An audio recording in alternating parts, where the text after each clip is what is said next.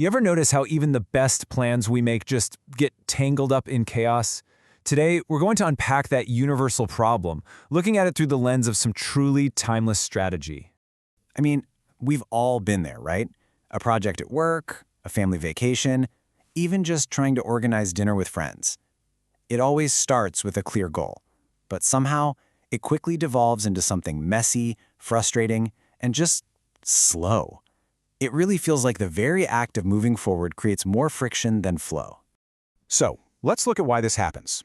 The friction, it usually comes from the same old places. People getting mixed messages, priorities suddenly changing, and nobody being quite sure who's responsible for what.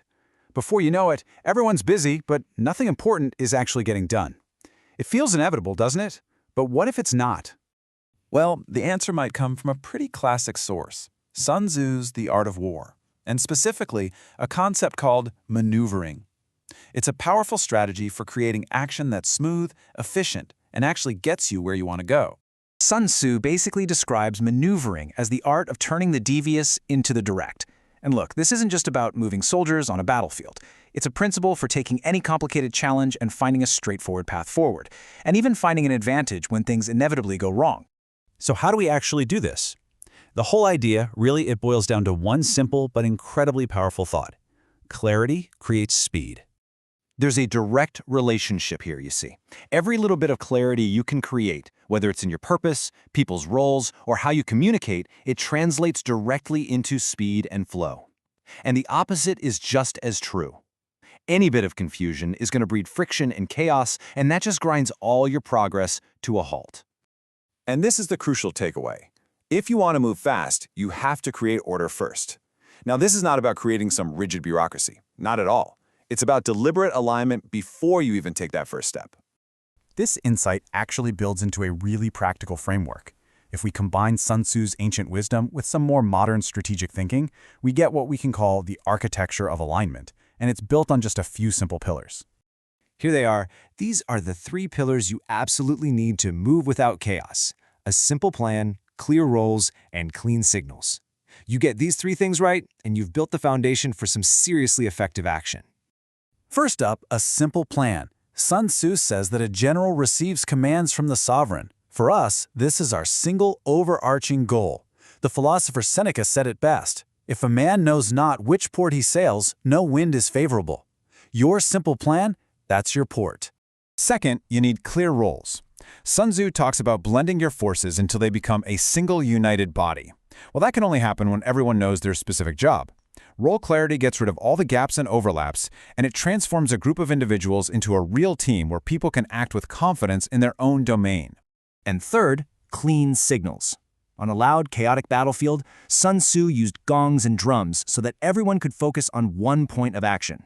In our world, these are just simple rules that let a team synchronize on the fly. They guide behavior without needing a manager to step in and approve every single decision. Okay, so this all sounds great in theory, but how does it actually work for the rest of us, in real life? Let's make this whole framework a little more tangible and apply it to a few situations you might recognize. Let's start with a classic one, launching a new project at work. We all know just how quickly these things can spiral into total chaos. Here's how you'd apply the pillars. The simple plan is the project's mission, but boiled down to one single sentence that everyone can remember and repeat. For clear roles, try a pre-mortem. You imagine the project has already failed and ask why. It's a great way to clarify who's responsible for what. And for clean signals, a simple rule like all updates get shared in the project channel by Friday at noon. That alone prevents so much communication chaos. All right, now let's try something a little more personal.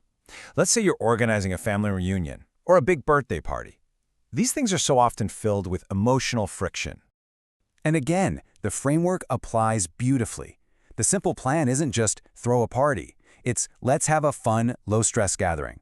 Clear roles are absolutely crucial. Who's on food? Who's handling the invites? Defining this stuff up front prevents so much resentment later. And a clean signal could be a simple rule for the group chat. The person in charge of an area gets to make the final call on it. Simple. And finally, let's bring it all the way down to the individual level, building a new habit, like a fitness routine. In this case, you're actually maneuvering your own psychology. Here, your simple plan is your new identity. It's not, I want to work out, it's, I am a healthy person. The role for your actions suddenly becomes crystal clear. They have to support that identity. And your clean signals, those are the cues from behavioral science. Things like laying out your gym clothes the night before. That's a gong that signals to your brain, hey, it's time to act. To make this super easy to start using right away, we can actually distill this entire philosophy down into one simple practice. Let's call it your maneuvering brief. Before you start any new endeavor, from a massive project to just a weekend trip, just pause and ask these 3 questions. What is our one objective? Who is doing what specifically? And what are the few simple rules we'll use to stay in sync? This little briefing is the key to turning that devious, complicated path into a direct one. And this really gets to the core lesson of it all. The real work of maneuvering happens before you move. You invest a little bit of time in alignment up front to save an enormous amount of energy and frustration down the road. So I'll leave you with this question to think about. Just look at your work, your relationships, your personal goals. Where is there friction right now? And where could a simple plan, some clear roles, and a few clean signals unlock a whole new level of speed and flow for you?